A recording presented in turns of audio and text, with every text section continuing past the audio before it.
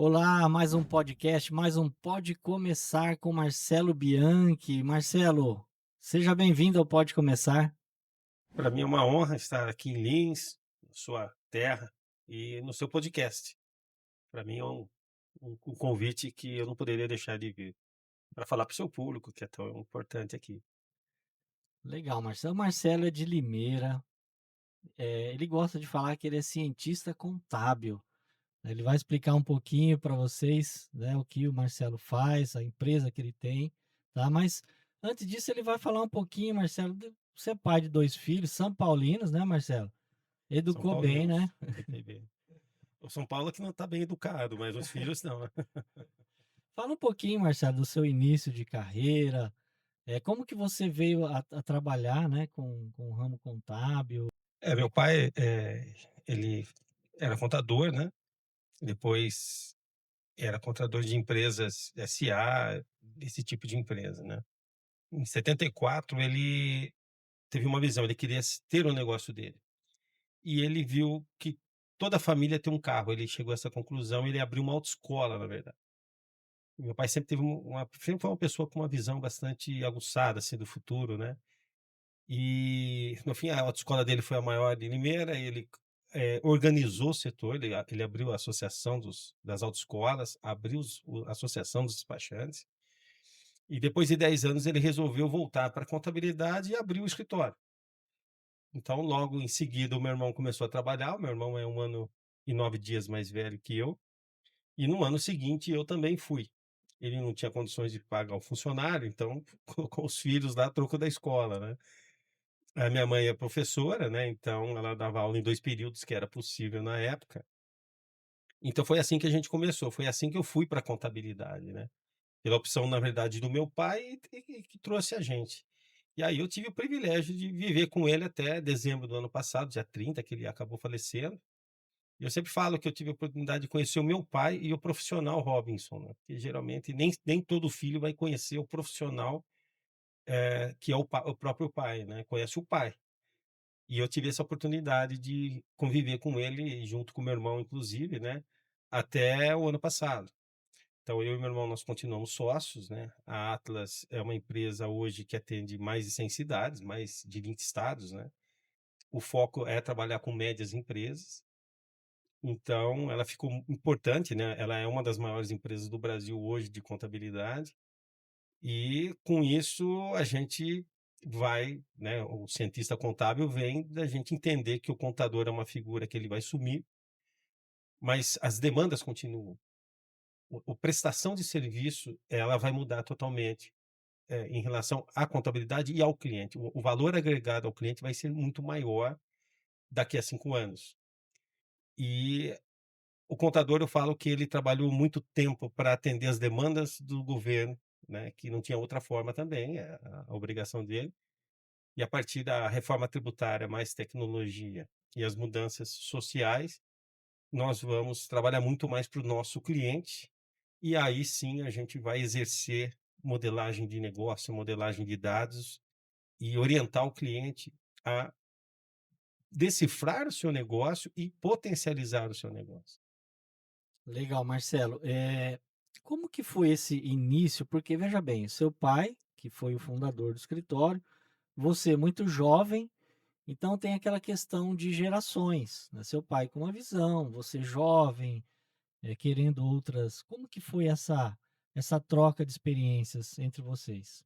É, junto com o meu irmão, né, então nós tínhamos 2 jovens, né, então ele levou entre aspas, as crianças que eram adolescentes já na época, por um lado foi positivo, por outro lado a gente tinha uma energia, né, e participando de muitas coisas, porque a gente queria desenvolver a nossa vida, né. Meu pai sempre foi uma pessoa que teve um olhar bastante aguçado do futuro. E num determinado momento, o meu irmão foi fazer análise de sistema, então ele se formou em contabilidade e foi fazer análise de sistema, abriu uma empresa, saiu do escritório, ficou eu, meu pai e nós tínhamos 3 funcionários na época.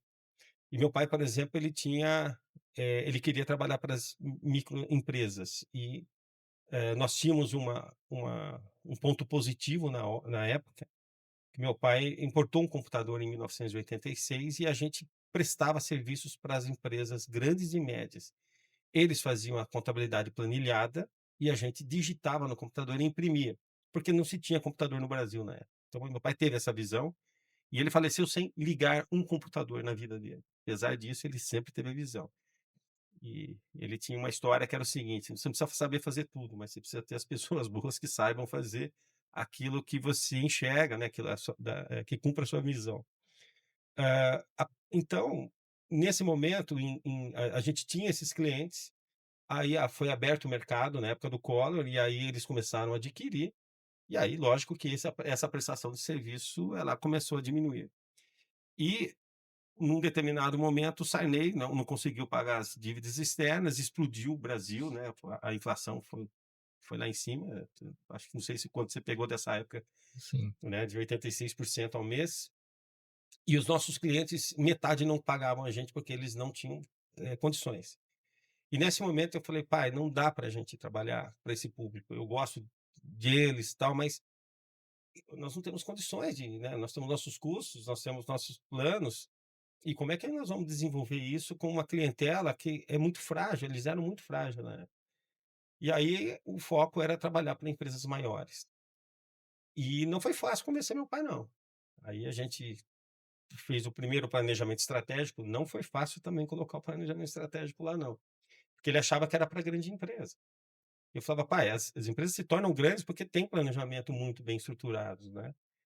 E aí o desafio foi o seguinte: a gente paga o consultor, se não der certo, desconta no meu salário. E aí ele topou, aí nunca mais paramos de trabalhar com planejamento estratégico depois disso. Legal, Marcelo. Já que você tocou no assunto planejamento estratégico, é o nosso tema de hoje, né? Até porque eu sei que você é especialista nesta área, também tem um projeto de disseminar essa matéria de planejamento para as organizações contábeis. Estava até aqui nos bastidores querendo informação do Marcelo para a gente também. A Flatec está participando desse programa de planejamento estratégico. Marcelo, isso serve também para pequenas empresas ou só para médias, grandes? O que que você fala?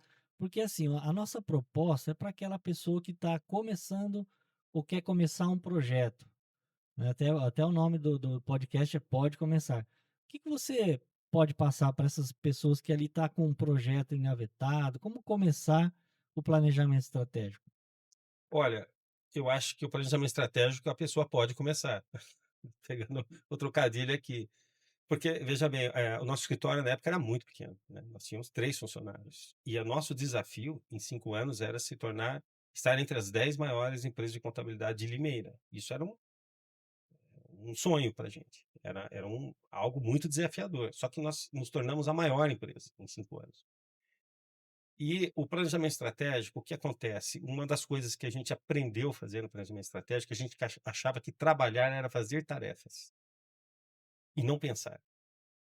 Lógico que você faz tarefas, mas você está fazendo tarefa e você está percorrendo qual caminho? Aquele que você, desenhou, aquela que você está pavimentando, ou você está reagindo ao mercado?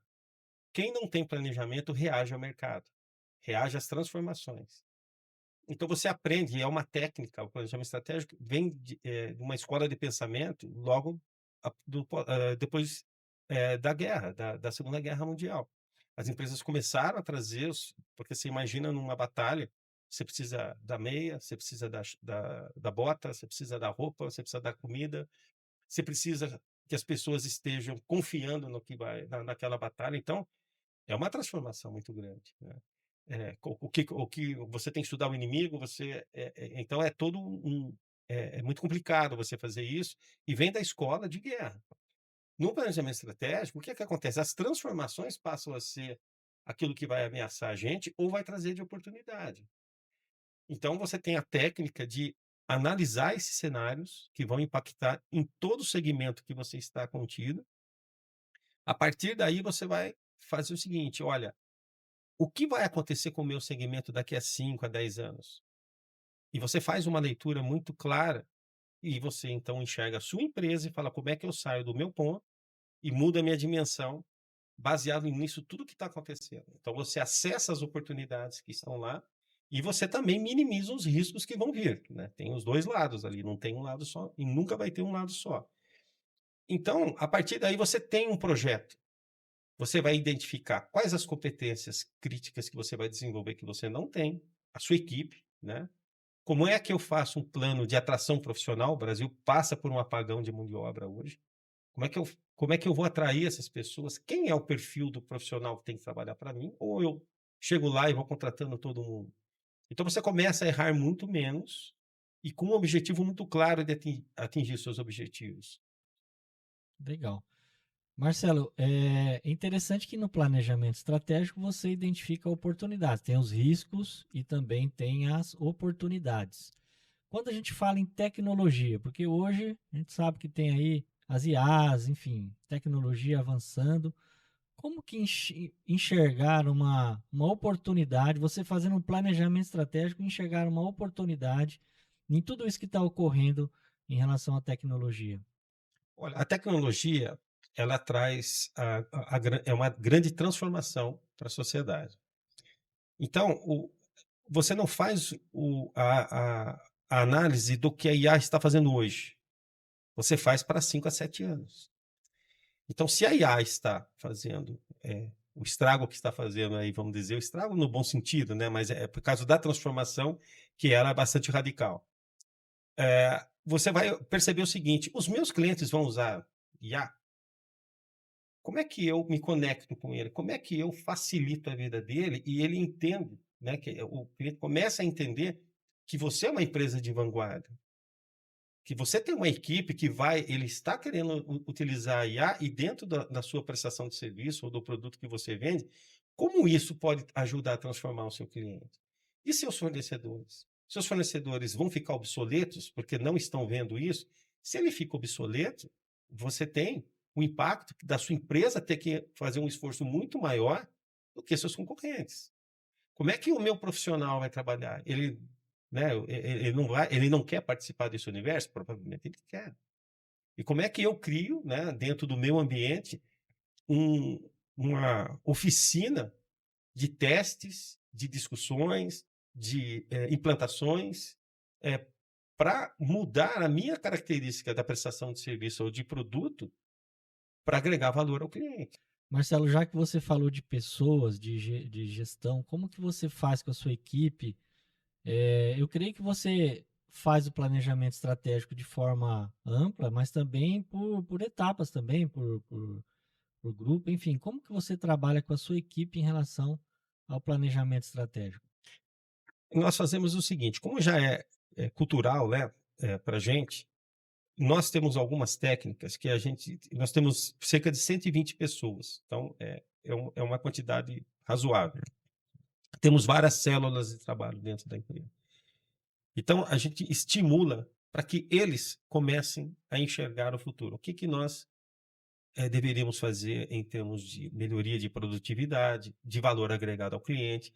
Então, existe já uma conversa nos bastidores ali para que eles consigam enxergar o processo deles de uma nova forma, daqui a alguns anos. Esse processo não pode estar estagnado daqui a 2, 3 anos. Ele tem que ter valor agregado. E a partir daí, eles começam, então, a fazer essa discussão. A gente tem pessoas, né, que estimulam isso. Isso vem para os gestores, há uma discussão ampla em relação aos gestores, e isso sobe para os sócios. E os sócios começam a entender a visão desse pessoal todo, e os sócios têm a obrigação de estar olhando o mercado também. Então, há um link daquilo que eles estão enxergando no dia a dia deles, mais a visão do sócio, e aí é feito o planejamento estratégico. Legal. Outra coisa que tem, assim, uma mudança, né? Vamos colocar assim, uma mudança grande em relação à reforma tributária, que já está aí, já tem os prazos definidos. O que você tem a dizer para aquela pessoa que quer abrir um negócio, quer estar com um projeto aí em relação à reforma tributária? O que você pode falar para o ouvinte do Pode Começar? Olha, a reforma tributária vai impactar em todas as empresas do Brasil. Ninguém vai ter o mesmo preço no final da reforma tributária. Todos nós vamos ter que entender os impactos e isso vai mudar os nossos custos, talvez a cadeia de fornecimento, enfim. Ela é muito profunda. Ela não é uma simples mudanças e como eu percebo que talvez a sociedade brasileira não entendeu isso ainda. Então, a primeira coisa que uma pessoa que quer abrir um negócio ou tem um negócio, ele precisa ter um contador muito bom agora. Não é mais o mesmo contador que nós estamos falando, é o cientista contábil que nós estamos dizendo agora. Ele precisa fazer um levantamento da cadeia de fornecimento, porque o impacto é maior, das vendas, a área financeira. Não dá para o empresário não conhecer essa nova era que a gente vai passar. Você vai ter um apoio técnico do seu contador excelente, mas você precisa conhecer. O seu comprador vai ter que conhecer as regras da reforma tributária. Porque ele pode ter crédito de 2,5% ou ele pode ter crédito de 27,5%, dependendo da atividade. E no final das contas, a carga tributária pode explodir na sua empresa ou ela pode diminuir. Cada um, não existem empresas iguais, de cadeias de fornecimentos iguais, cada um vai ter que fazer a sua conta. E as pessoas vão ter que ser muito bem treinadas. Não sei se o público aqui sabe, mas o apelido do supercomputador da Receita Federal chama-se T-Rex, que é o de Tiranossauro Rex. De tão apavorante que ele é, né, e de tão grande que ele é. O alcance é muito grande. E eu sempre falo o seguinte: se você não teve um software financeiro até hoje, e a reforma tributária muda toda a regra e passa a ser financeira e não por faturamento, com que você entra para enfrentar o T-Rex? Então você vai ter que ter um bom software e não adianta ter um pagador de conta mais lá. Você precisa de alguém que conheça. Se você não tem essa condição, converse com a sua empresa contábil, vê se ela pode te ajudar nisso, na indicação de software e também em toda a estruturação para a reforma tributária. Então, é uma nova era que nós estamos passando. Muito bem, Marcelo. Aproveitando você que está nos ouvindo, que, né, compartilhe esse vídeo, dê o seu joinha, mande seus comentários. Nós vamos ter um rápido intervalo e já voltamos. Muito bem, de volta ao Pode Começar aqui com Marcelo Bianchi, da Atlas. Marcelo, eu sei que também você tem uma plataforma que trabalha com treinamento, com mentoria. Explica um pouquinho sobre essa plataforma. A Atlas, né, hoje eu sou presidente do conselho, então eu não tenho nenhum trabalho executivo na Atlas, né? E o nosso objetivo é que todos os sócios estejam no conselho e não sejam diretores da Atlas. É um dos objetivos nossos. Nós temos tantas oportunidades que nós entendemos que o diretor pode contribuir com os novos negócios da Atlas. E nessa mudança, né, que eu fui para o conselho, qual é a atividade que eu vou desenvolver que me agrada, né, e ao mesmo tempo seja importante para a Atlas? E saiu essa oportunidade de fazer o trabalho para as empresas contábeis. Na verdade, eu não faço só para empresas contábeis, mas eu acredito que o nosso segmento vai ser tão importante nessa nova era que eu chamo os cientistas contábeis de decifradores de negócios. Então, nós que estamos com toda essa metodologia de planejamento estratégico há muito tempo e muito consistente, eu resolvi levar para o mercado contábil. E, com isso, tive que mudar a minha carreira, na verdade. Tive que gravar, por exemplo, vídeos, coisas que eu não fazia, não utilizava as minhas redes sociais para nada, só para conversar com meus amigos, para essas coisas, era bem... E aí você tem que trazer profissionais que te ajudem, porque eu não sei fazer isso. E aí vem as competências críticas do negócio, né? Ó, não sei fazer, eu preciso trazer alguém que saiba. Como é que eu embalo produtos desse nível? Nunca, né? Sou professor de MBA, mas eu vou lá, dou minha aula. Como é que leva isso para o mercado? Qual que é a linguagem que eu tenho que utilizar? Então, é um processo de aprendizado, né? Não deixa de ser, não. Ele é bem diferente daquilo que eu fazia como executivo da minha organização. E eu comecei a fazer testes, e a gente aprende a fazer testes, né? Para você lançar produtos, você tem uma metodologia para fazer. Comecei com um cliente, com 2, com 3, e aí isso se transformou numa quantidade bastante interessante. E aí fiz um outro teste, porque eu falei, eu gostaria de fazer imersões, porque o debate do planejamento estratégico, ele é muito legal quando você tem várias empresas que geralmente são empresas, que já sabem que querem ser desenvolvidas. Então não é a pessoa que fala: "Olha, para mim tá bom assim e tal". Se ele está fazendo um planejamento estratégico, é que ele quer mudar a empresa dele de dimensão, né, a gente sempre fala isso. E quando você tem, mais empresas discutindo sobre as tendências, é muito rico. Então você imagina a gente fazendo uma imersão de empresas contábeis, quando tem 20 empresas contábeis, a gente falar: "O que que vai ser a tecnologia daqui a 5, 10 anos?". Todo mundo tem uma sua experiência. Então, a contribuição é muito grande. O que que vai ser a reforma tributária após ela estar, implantada? E a transição? Então, é muita gente com bagagem discutindo isso, e isso enriquece para todo mundo.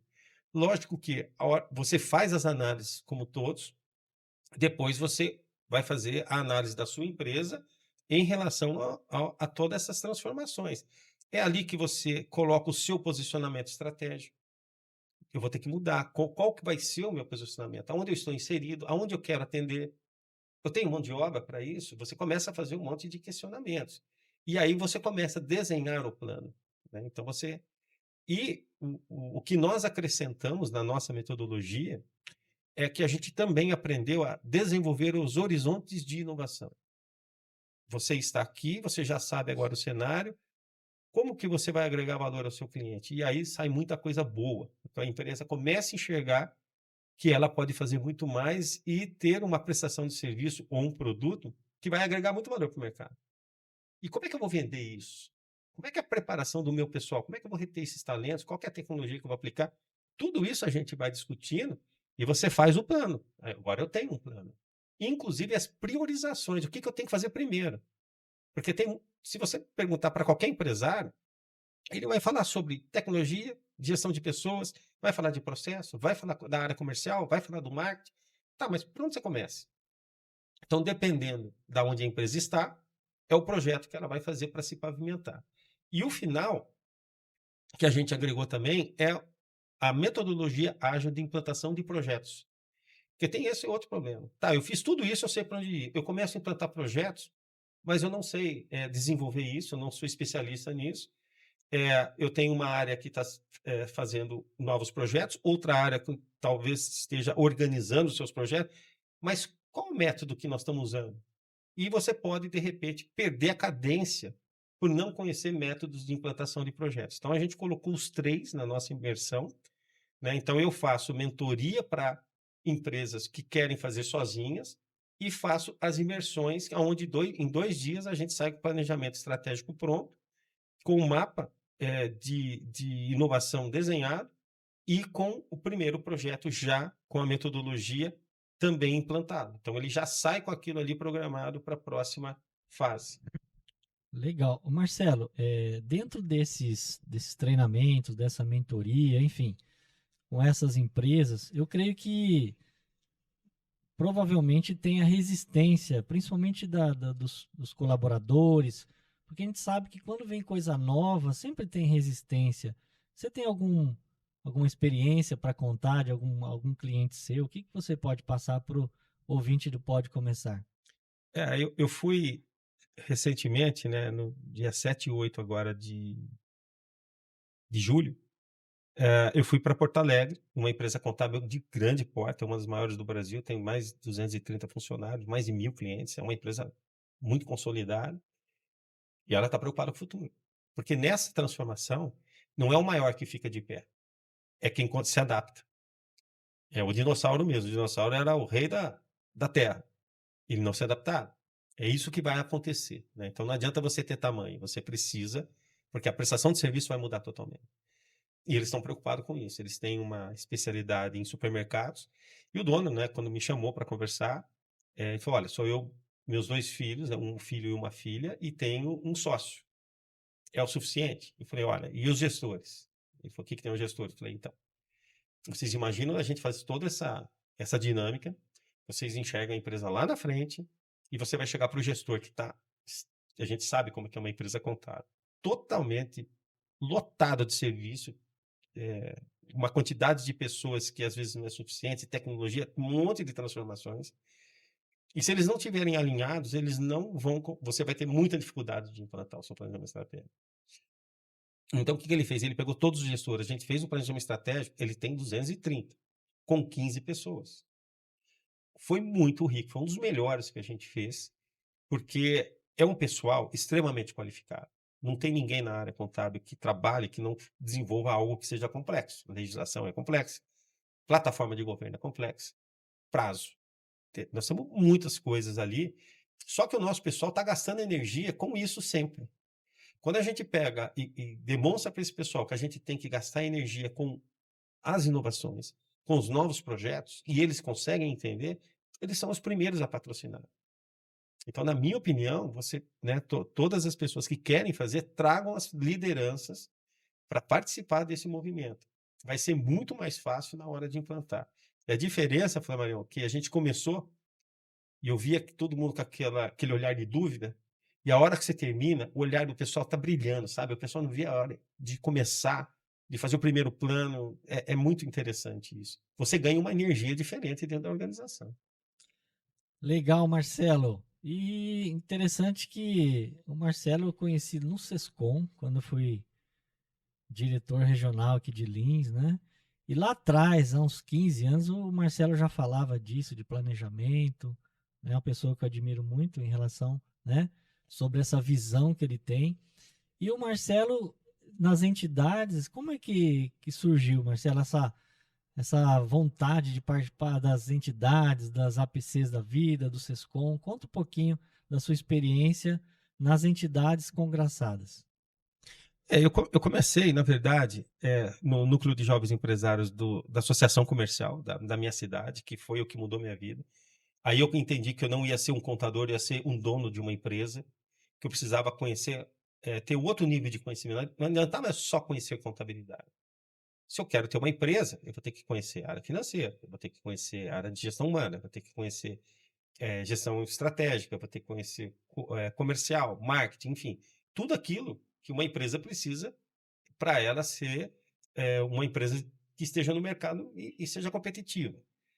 Então, o primeiro que eu comecei foi, esse foi o primeiro impacto, e ali eu percebi que o network era muito importante, porque você tinha muita gente de segmentos diferentes, inclusive dos jovens empresários, que todo mundo tinha seus problemas, todo mundo tinha seus desafios, e era muito rico estar ali.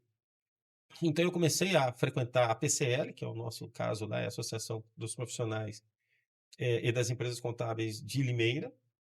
Depois acabei indo para o Sescom, porque eu queria entender quem eram as maiores empresas. Quem eram as empresas que estavam fazendo planos que eram muito além daquilo que eu enxergava. E o Sescom me deu essa oportunidade. Eu falo que eu não tinha amigos antes, contadores. Eu passei a ter amigos no Sescom. Só que daí eu tive um monte de amigos, né? Porque tô desde aquela época lá no Sim. Sescom. Continua, né, Marcelo? Continuo lá. Eu acho que faz 25 anos que eu estou no Sescom, né? Fui diretor regional, fui para executiva, enfim, agora eu continuo lá. Mas o número de empresas contábeis que eu conheci, que fui visitar, que foram me visitar, então é muito rico isso. Né? Então eu falo que eu sempre tive medo da miopia organizacional. Você está na sua empresa, você acha que a sua empresa é o mundo. E o universo ele está se movimentando todo lá fora. Então eu falo que pô, a minha empresa não pode ser o tamanho da minha sala, que é o que eu enxergo, que é o tamanho do meu pessoal aqui. Então o Sescom, né, e as outras entidades, depois eu fui eu sou conselheiro também da Associação Comercial, eu fui o mais novo a entrar e sou até hoje conselheiro lá, fui presidente do conselho, um monte de coisa. Participo da Fábrica de Inovação de Limeira, foi uma das coisas que nós fundamos lá, eu tive o privilégio de fundar também. Então, entidade Santa Casa, eu participo, Associação de Reabilitação Infantil Limeirense, que são pessoas com necessidades especiais, a gente participa. Eu percebo que as associações trazem um movimento muito grande. Talvez na nossa empresa a gente não vai ter a mesma quantidade de líderes que tem uma entidade, porque todo mundo ali é líder. Na sua empresa talvez a gente tem muito líder, mas não com toda a experimentação e principalmente diante do negócio. A gente sabe que é uma diferença muito grande. Então a forma de resolver problemas, você começa a ver que você faz uma forma e tem as pessoas que fazem de forma diferente. E você tem um processo de aprendizado natural com isso. Isso eu indico, e é uma pena no nosso segmento, que todas as cidades que eu vou, nem um terço das empresas são associadas, por exemplo, à associação local. É uma pena. E eles não sabem o quanto eles estão perdendo com isso, né. E tem uma coisa também, Flamarion, que às vezes a pessoa vai lá e fala assim: "Não, eu vou lá, com a intenção, por exemplo, de aprender tudo que você não tem como, o universo é uma troca, e as pessoas sabem disso. Então, é assim, quando você leva, né, nós estamos aqui, eu tenho uma ideia, você tem uma. Quando a gente sai daqui, nós temos 2 ideias. Se tem 3 pessoas, a gente é isso que forma, né. Então E é bem rico, né, muito. Marcelo? O troca de ideias, o Exato. bate-papo, eu aprendi muito no Sescom, é uma riqueza muito grande. E as visitas, né, você acaba visitando colegas e até antes de vir aqui eu estava no escritório, né, daqui de Lins, que fez o treinamento com a gente. Então, eu acho que você vai ver, vai perguntar sobre o segmento, todo mundo tem uma história, ninguém tem uma empresa há 10 anos e não tem uma história bonita, porque ninguém começou lá em cima, deu tudo certo, teve sempre recursos. Todos nós tivemos que fazer uma jornada que foi difícil. E olha que o governo atrapalha demais, a gente sabe disso. E apesar disso, né, as empresas vão evoluindo, as pessoas vão evoluindo. O que que a gente vai deixar de legado para esse país? Se a gente conseguir trazer o aprendizado, a nossa experiência e ajudar as pessoas a fazer a jornada dela, isso para mim já é um grande legado. Então, na Atas, a gente sempre fala o seguinte: obrigado por ter escolhido a Atas para você desenvolver a sua vida profissional aqui dentro. Se a Atas for um, um local que possa germinar as ideias dela, ela com certeza vai ficar ali. Muito bem. Estamos chegando próximo da nossa parte final do nosso podcast, mas antes eu queria que o Marcelo explicasse, né, sobre esse projeto aqui de escrever um livro, Capo da Máfia. Marcelo, explica um pouquinho, porque contador também é cultura, tá? Não é só trabalho, não, apesar que a gente trabalha bastante, mas é cultura, é lazer, enfim. Conta um pouquinho desse livro, Marcelo, que é um projeto diferente, né? Bom, eu comecei o livro por algumas inspirações. O meu pai sempre gostou de música e cinema. Era a paixão da vida dele. A minha mãe professora, então a minha casa sempre teve muitos livros. E eu leio muito, né, e sempre li demais. E gostei, né, gosto também de filmes, músicas, eu não sei trabalhar sem música, não sei viajar sem música, eu gosto demais. Estou na minha área de lazer, tem música, eu gosto demais disso. E uma das coisas que no cinema, né, meu pai sempre referendou muito foi o filme do Poderoso Chefão. E depois, eu primeiro assisti o filme e depois descobri que era um livro. Então eu comecei a adquirir os livros do Mário Puzo, que foi quem escreveu a obra, né. E consegui muitos livros que estavam fora de catálogo através dos sebos. Hoje a gente tem mais facilidade pela internet, mas antigamente você tinha que entrar no sebo e procurar Tinha mesmo, que né, garimpar, né, Marcelo? garimpar. Então, eu comecei a escrever esse livro há mais de 20 anos atrás. E no final do ano eu procuro não viajar entre o dia 20 de dezembro, mais ou menos, até o dia 20 de janeiro, porque é onde todo mundo viaja e a gente tem aquela correria. Então eu fico com aquele momento que meus clientes também acabavam saindo, tal, era o melhor momento para se descansar. Você fica um dia, 2 dias, começa a ter o ócio, né? E eu comecei a escrever o livro e comecei a imaginar a história e comecei a dar vida para isso. Eh, Só que chegou um momento, 2 ou 3 anos depois, a minha mãe teve um AVC, e eu perdi a vontade de escrever. Eu fiquei mais de 17 anos sem escrever o livro. Então eu só tinha essa época, eu não consigo escrever depois. É uma dificuldade que eu tenho, não sei como é que são as pessoas, mas assim, se eu tenho que pegar esse livro, ler inteiro, para eu entrar no clima, no ritmo, para dar continuidade nele. Então quando você está nesse processo, vai bem. Se você para, pelo menos eu sou assim, eu paro um mês, 3 semanas, eu perco o ritmo da forma que eu estou escrevendo a história, os personagens e tudo mais. Eu tenho que ler tudo de novo. Então eu faço isso só no final do ano, né.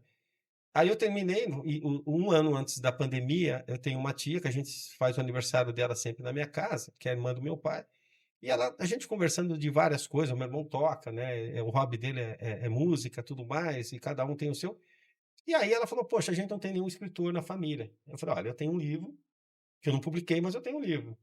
Pô, deixa eu ler o livro? Não, ah, não vou dar para a senhora ler, primeiro eu vou revisar o livro.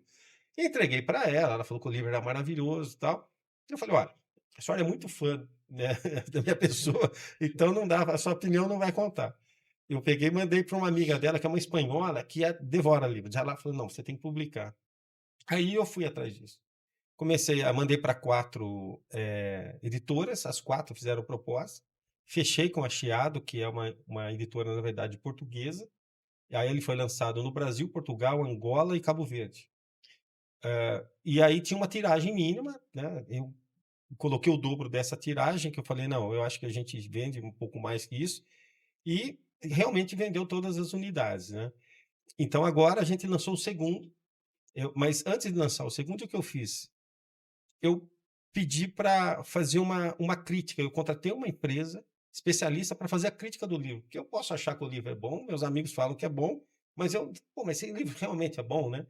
E aí eu tive uma crítica muito positiva. E essa agência falou o seguinte: "Olha, eu acho que você deveria lançar carreira solo, não precisa da editora, e a gente vai ajudar você, só que a gente quer mudar a capa, quer fazer algumas, mudanças aqui, muito mais de layout e tal, né". Aí, eu segui a recomendação, desse pessoal, lancei a segunda edição. E já está pronto a continuação do livro. Esse livro vai ser uma trilogia, no mínimo.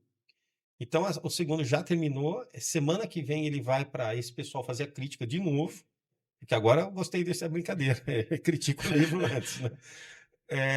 E aí eles vão fazer a crítica, provavelmente a capa, e no segundo semestre sai a continuação do Capo da Máfia.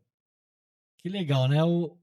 O Marcelo estava com o projeto de escrever o livro, ele não assistiu Pode Começar, mas se ele tivesse assistido, né? Então você que tem um projeto, né, Marcelo, de escrever um livro, pode começar, tá?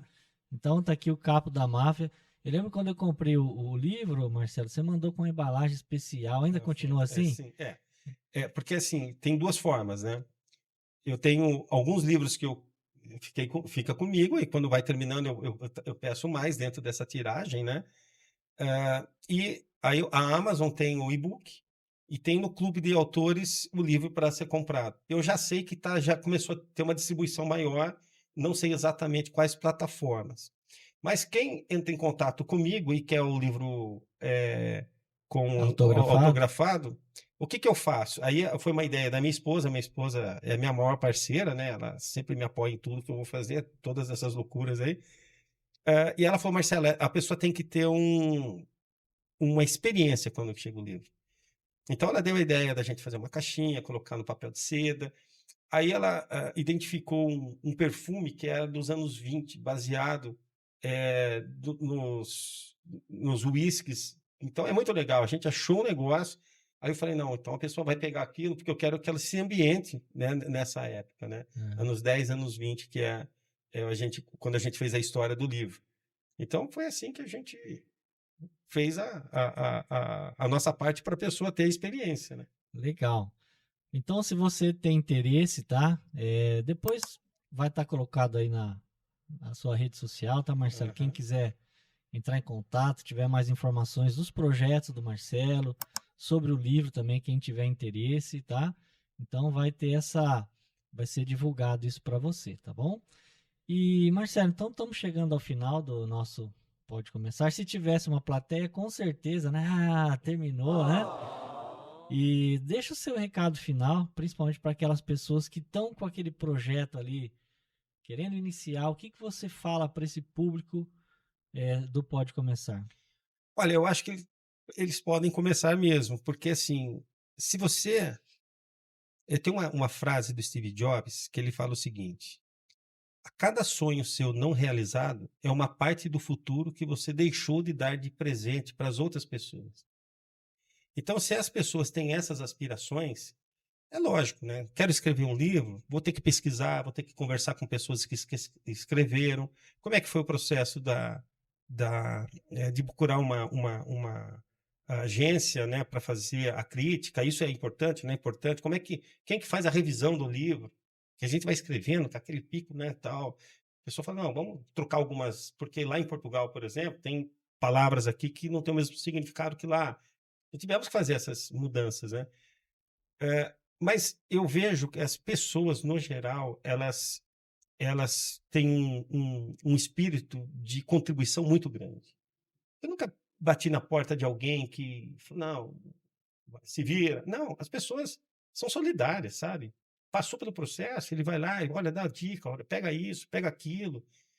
Então eu acho que é isso. Primeiro é entender esse universo, né, pegar experiências, de pessoas que passaram por aquilo que você quer fazer, mas coloca em frente, né.